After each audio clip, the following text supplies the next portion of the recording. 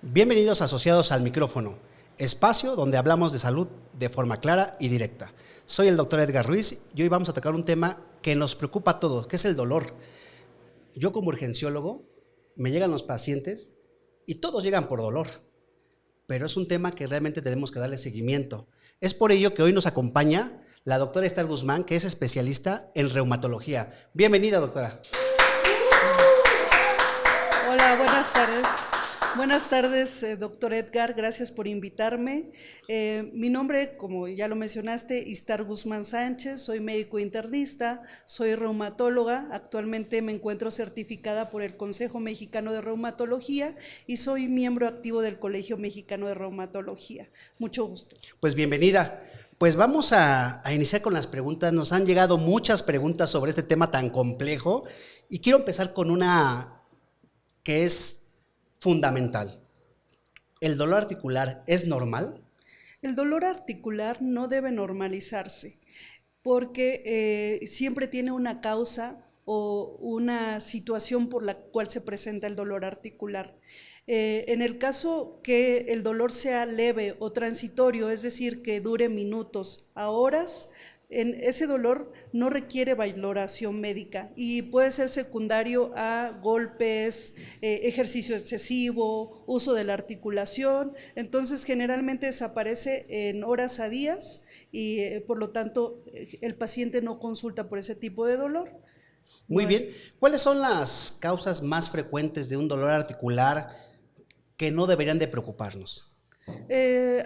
Como mencioné, pueden ser golpes, pueden ser traumatismos leves, el uso excesivo de la articulación, ya sea por ejercicio intenso o sobreuso de algunos aparatos. Por ejemplo, entonces, ¿cuál es la diferencia de este dolor articular mecánico, que es por desgaste o por sobreuso?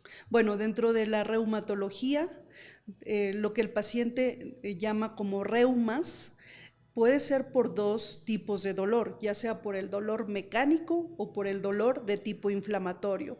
El dolor mecánico es el que se produce por uso excesivo o sobreuso de las articulaciones, hay un incremento en el impacto de las estructuras como ligamentos, tendones, y la característica de este dolor es que es más intenso cuando se realiza alguna actividad física o movimiento, siendo mejorando cuando el paciente o la persona se encuentra en reposo. Es un dolor que puede ser secundario a algunas enfermedades como la osteoartritis, esguinces, igual el traumatismos leves. Y el dolor de tipo inflamatorio, en cambio, es un dolor que es más intenso cuando el paciente se encuentra en reposo. Si el paciente mueve la articulación, el dolor mejora.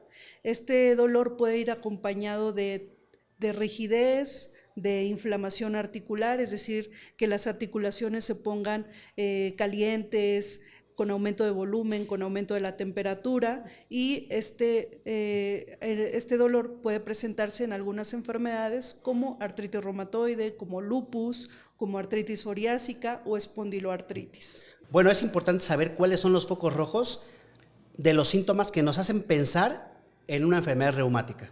Sí, algunas situaciones que deben de preocuparnos acerca del dolor es un dolor que sea persistente, que dure más de 3 a 6 semanas, que vaya acompañado, como comentamos, de la inflamación articular, del aumento de volumen, que haya limitación al movimiento de la articulación y pues que sea acompañante de otros síntomas generales como es la fiebre, como es pérdida de peso o lesiones dérmicas, alteraciones o síntomas en el ojo, es cuando ese dolor debe de ser estudiado. Muchos pacientes acuden con un fisioterapeuta o simplemente con el sobahuesos, como le dicen, ¿no? ¿Cuáles son las enfermedades reumáticas más comunes y qué dolor nos manifiestan? Bueno, dentro de las enfermedades más comunes en México actualmente se encuentra la osteoartritis, que ocupa aproximadamente el 10% de la población. De la osteoartritis muchas veces derivan otros dolores como la lumbalgia crónica o el dolor de espalda baja, que también es un motivo importante de consulta en los pacientes, y bueno, de ahí se derivan también otras enfermedades del sistema musculoesquelético, como la fibromialgia. En cuanto a las enfermedades inflamatorias, se encuentran también con mayor frecuencia la artritis reumatoide, el lupus eritematoso, la espondilitis anquilosante, artritis psoriásica o enfermedades como por inflamación secundario al ácido úrico, como la enfermedad de Gota. Muy bien, pues los síntomas tempranos para poder acudir con el reumatólogo. En el caso de la artritis reumatoide, por ejemplo, los síntomas tempranos son que la rigidez dure más de 30 minutos a 1 hora. Es más sensible para decir que puede tratarse de un problema inflamatorio. La localización de las articulaciones, si el dolor es más intenso a nivel de los codos, de las muñecas, de los nudillos o de los dedos, pues también puede ser un dato temprano.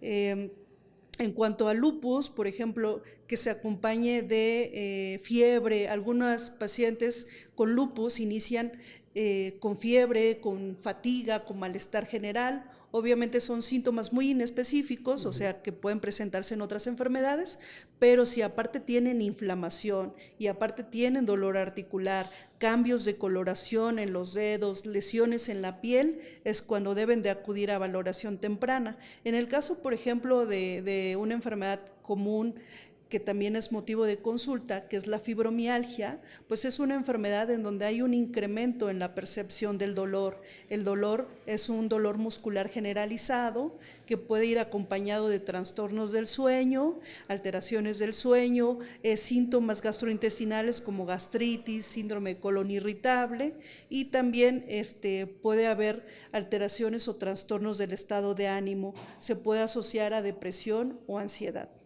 Bueno, pues algo que los pacientes siempre están preguntando, cuáles son los mitos o creencias que pueden tener los pacientes. Por ejemplo, dicen, ¿la enfermedad solamente va a afectar a los adultos mayores?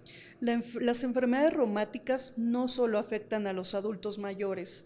En las enfermedades como la artritis reumatoide, el lupus, afecta a pacientes jóvenes, entre 20 a 50 años, y es más frecuente en mujeres, pero no necesariamente es porque sean adultos mayores. ¿En niños? En niños, efectivamente, puede haber enfermedades reumáticas, que bueno, eso es campo del reumatólogo pediatra, pero hay ciertos datos de alarma que también se pueden presentar en niños. ¿También el clima puede afectar? Si los pacientes dicen, por ejemplo, doctora, cuando llueve o cuando hace frío es cuando siento más intenso el dolor, efectivamente tiene una causa, tiene un porqué las articulaciones duelen más, y esto se debe a presiones en la presión atmosférica, cambios en la presión atmosférica que también tienen modificación en el líquido sinovial y hace que haya más dolor. ¿Las enfermedades reumáticas son hereditarias? Sí tienen un componente hereditario, o sea, tienen la predisposición genética, hay ciertos genes que se relacionan con las enfermedades reumáticas y que le confieren a una persona que tiene un familiar directo, madre, padre o hermanos, aumento en el riesgo de padecer la enfermedad reumática. Pero siempre les digo a mis pacientes, no es que pase directamente de padres a hijos, sino que hay otras sustancias u otros factores en el ambiente que se combinan junto con el aspecto genético para que un paciente padezca de la enfermedad reumática. Sí, de hecho, una vez me llegó un paciente a urgencias y dice, es que me tomé este té, me tomé este jarabe, me tomé un remedio casero. ¿Hay evidencia sobre eso? No hay evidencia científica para que un paciente tome medicina naturista. El gran problema con los medicamentos naturistas es que sí pueden tener beneficios, pero no sabemos los efectos secundarios. Actualmente la COFEPRIS investigó varios medicamentos que se conocen como naturistas y que dentro de su fórmula tienen cortisona, y que la cortisona pues es un antiinflamatorio potente, pero que puede generar efectos secundarios, y a nosotros como reumatólogos puede enmascararnos el dolor, y entonces a veces si el paciente no lo dice en la historia clínica, pues nosotros damos por hecho de que no hay inflamación. Entonces yo recomiendo no automedicarse y no consumir medicamentos naturistas porque no tienen la evidencia científica. Ahora, hay otras terapias como las terapias alternativas, acupuntura, medicina tradicional occidental, en las cuales sí nos pueden ayudar a mejorar el dolor, obviamente acompañado del tratamiento científico, el tratamiento que tiene evidencia científica. ¿Este tipo de enfermedades se curan? Las enfermedades reumáticas no tienen cura, son enfermedades crónicas, pero es importante que nosotros hagamos un diagnóstico temprano para que podamos iniciar tratamiento y evitar las complicaciones. Nuestros objetivos de tratamiento en reumatología es quitar el dolor, quitar la inflamación cuando ésta se presenta y que el paciente tenga una calidad de vida, que el paciente pueda trabajar, pueda tener familia, hacer ejercicio como si no tuviera la enfermedad. Y esto implica un diagnóstico temprano y una valoración temprana. Yo, por ejemplo, soy carnívoro, me encantan los cortes y a veces Sí, tengo un todos. dolor y digo, ¿me aumenta? ¿La carne aumenta el dolor? No, en la mayoría de las enfermedades crónicas, el consumo de carnes rojas no produce inflamación. Si hay alguna enfermedad específicamente que es la enfermedad por ácido úrico, que es la hiperuricemia o gota, en las que sí se tiene que haber una restricción de proteínas de origen animal, porque estas incrementan los niveles de ácido úrico en la sangre, pero sin problema los pacientes tienen que consumir proteína, entonces sin problema la pueden consumir. Hay alimentos ultraprocesados, con incremento en las grasas, en los que sí se ha demostrado que pueden producir inflamación. Por eso actualmente hablamos también de que algunas de las recomendaciones o de lo que se ha estudiado en pacientes con enfermedades reumáticas, específicamente en artritis reumatoide, es la dieta mediterránea. Es una dieta que es a base de aceites naturales, proteína, el pescado, el salmón, Sí. y pues los frutos, los granos, que funcionan como antioxidantes, que contienen ácidos omegas y que pueden funcionar como antiinflamatorios. Pues realmente, como vemos, le puede dar a niños, a adultos, a jóvenes. ¿Qué pasa con las mujeres que les da este tipo de padecimiento y quieren embarazarse? Sí, se pueden embarazar sin problema. Actualmente los embarazos en pacientes con enfermedades reumáticas son exitosos en el 80%. Nada más que sí tiene que llegar a un consenso con su reumatólogo para ver cuál es el momento indicado. La enfermedad, como en artritis, en lupus, debe de estar inactiva. Y bueno, el paciente o la paciente, el esposo, junto con la pareja, deben de comentarle al reumatólogo que desean embarazarse para que nosotros podamos hacer el ajuste de los medicamentos que pueden ser potencialmente dañinos en el embarazo. Entonces, tiene que haber una charla o un consenso entre el reumatólogo y el paciente o la pareja para que nosotros definamos el momento exacto donde puede embarazarse y pueda haber menos complicaciones y una tasa de éxito del embarazo. Sí, desafortunadamente tenemos una crisis en una atención oportuna aquí en México. Los medicamentos son caros, el diagnóstico no es oportuno, por eso hablamos de los síntomas que le compartimos al público, de datos de alarma para poder acudir con un reumatólogo. ¿Qué impacto podría tener un paciente que ya tiene la enfermedad, pero que no tiene un diagnóstico y menos un tratamiento en su vida? ¿Cómo le puede afectar? Sí, pues lo más importante es que si se trata de una inflamación o de una enfermedad inflamatoria, esta puede ser potencialmente destructiva en las articulaciones, puede generar un daño irreversible. Entonces, como comentamos inicialmente, puede generar discapacidad. Y aparte hay enfermedades como el lupus que pueden afectar a otros órganos también, el riñón, el pulmón, la artritis reumatoide puede afectar al ojo. Entonces sí es importante que nosotros hagamos un diagnóstico temprano para evitar las complicaciones. Yo creo que con todos estos datos es importante saber qué estudios, qué herramientas utiliza un reumatólogo para diferenciar un dolor común ya con una enfermedad autoinmune. Sí, así es, Edgar. Mira, de lo más importante que se tiene que hacer en la consulta de reumatología, en la primera consulta, es la evaluación clínica. Desde que entra el paciente y nosotros hacemos una historia clínica completa, a veces es un poquito tardado, pero tiene que llevar todos los antecedentes y después de la historia clínica viene la exploración física, en donde nosotros revisamos por aparatos y sistemas, revisamos las articulaciones y vemos qué zonas o qué articulaciones son afectadas, porque desde ahí inicia la sospecha diagnóstica. Sabemos que gran parte del diagnóstico es mediante el examen físico o clínico. También nos podemos apoyar de otros estudios como los reactantes de fase aguda, que incluyen la velocidad de sedimentación globular, la proteína C reactiva, y también en ocasiones tenemos que analizar el líquido sinovial. Entonces hay que hacer una punción en la articulación inflamada, mandarse a estudiar para detectar algunas enfermedades como enfermedades por cristales o gota. Posterior a eso también se pueden solicitar estudios como ultrasonido. El ultrasonido actualmente es uno de los estudios que pueden detectar artritis o inflamación temprana.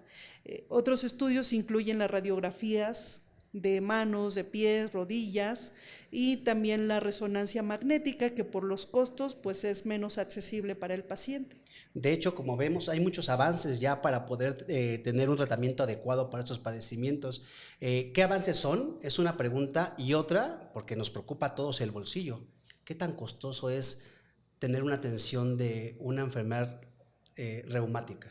Sí, como lo mencionaste, actualmente existen ya muchas terapias en las enfermedades reumáticas. Hay algunas que tienen más opciones de tratamiento, otras un poquito más limitadas, pero por ejemplo, en el caso de artritis reumatoide hay medicamentos que se consideran de primera línea, y las guías mexicanas de reumatología nos dicen: empieza con lo que sea más accesible para el paciente y que tenga eficacia. Entonces muchas veces utilizamos medicamentos orales que tienen menor costo y que tienen buena efectividad. Hay otros medicamentos que han salido en los últimos años, que son los que también se conocen como modificadores de la enfermedad sintéticos, en los cuales también pueden ser un tratamiento de primera línea, pero el costo a veces limita el uso de estos medicamentos. Y seguramente has escuchado acerca de los tratamientos biológicos, que a veces el paciente llega pidiendo un tratamiento biológico. Son medicamentos que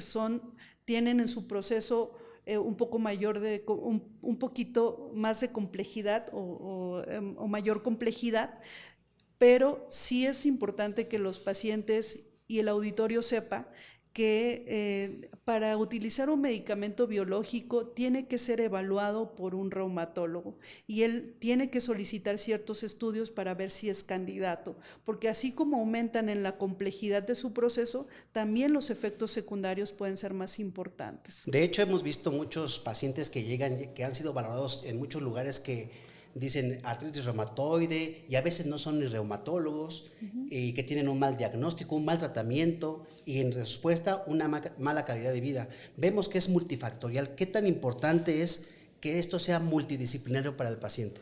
Sí, pues nosotros nos ayudamos de muchas especialidades, como comentaste, desde el médico que lo ve en urgencias o de primer contacto y que nos lo refiere, y asimismo nosotros nos apoyamos del neumólogo en caso de que el paciente tenga síntomas respiratorios, falta de aire, del cardiólogo muchas veces también, cuando las enfermedades afectan al corazón, cuando el paciente presenta lesiones en la piel, pues necesitamos del dermatólogo, porque no somos expertos en diagnosticar enfermedades de la piel. La rehabilitación, los rehabilitadores también son de mucho apoyo para el manejo del dolor o lesiones que ya son crónicas, y pues también del nutriólogo, porque muchas de estas enfermedades, o el paciente también cursa con otras enfermedades como diabetes, hipertensión, padece de sobrepeso u obesidad, y entonces es importante llevar un plan de alimentación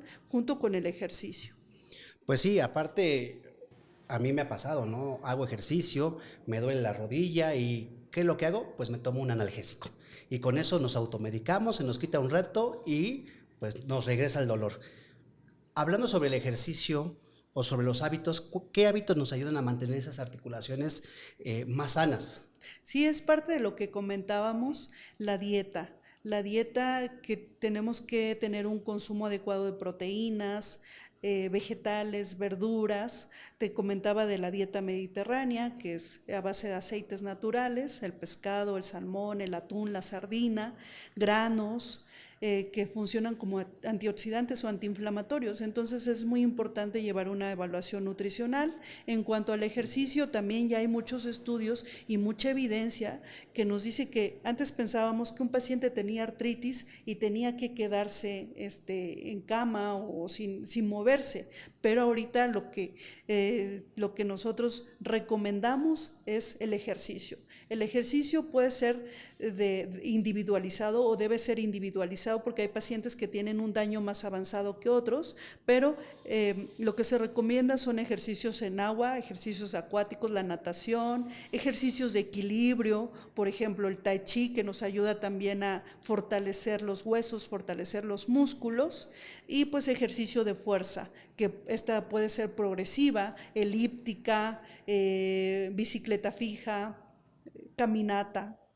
Pues sí, yo creo que el ejercicio siempre ha sido importante para tener una vida saludable.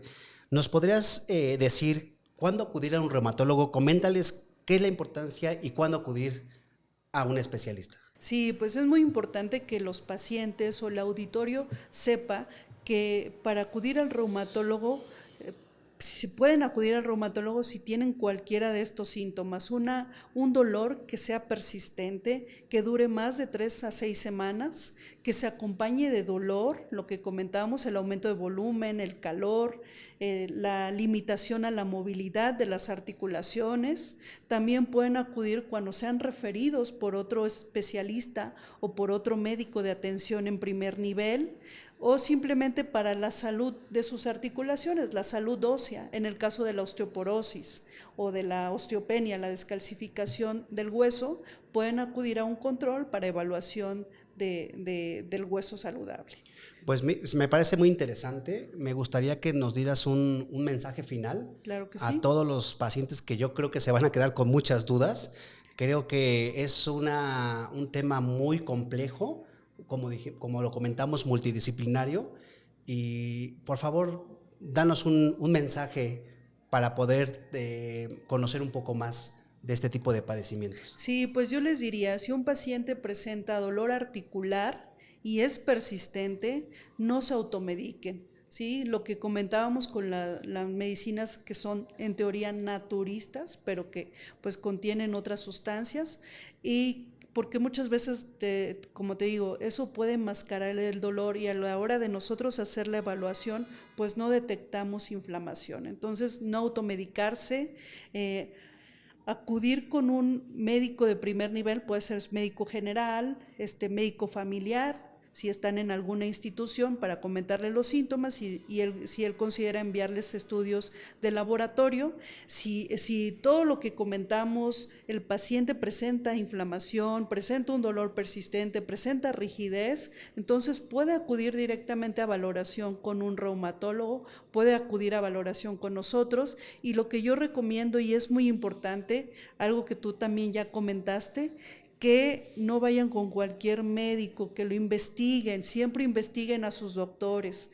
En el caso de los reumatólogos, todos los reumatólogos que estamos certificados por el Consejo Mexicano de Reumatología, estamos en la página del colegio. Pueden ahí buscar a su reumatólogo o incluso por zonas, checar en qué zonas se encuentran, y ahí vienen los reumatólogos certificados. Entonces a cualquiera de esos pueden acudir.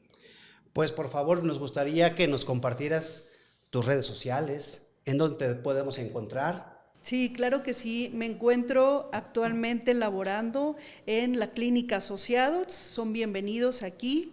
Estoy los martes y los sábados, y también me encuentro en el Hospital San Angelín, en el San Angelín Satélite que acaban de abrir. Igual ahí me encuentran los miércoles. Mis redes sociales pueden seguirme en Facebook como doctora Istar Guzmán, también en Instagram como doctora Istar Guzmán. Y pues bueno, ahí estaré también compartiendo estas cápsulas, en TikTok también, y también siempre hago cápsulas o infografías de información importante para los pacientes si quieren seguirme. Doctora, pues muchas gracias por acompañarnos en este episodio, nos aclaraste muchas dudas. Agradecemos tu presencia. Gracias a ti, Edgar, por la invitación, y pues son temas muy importantes, como dices, que consultan día a día. Entonces, estamos al pendiente. Muy bien, gracias. Pues no olviden, por favor, suscribirse al canal. Nos vemos en el próximo episodio. Gracias.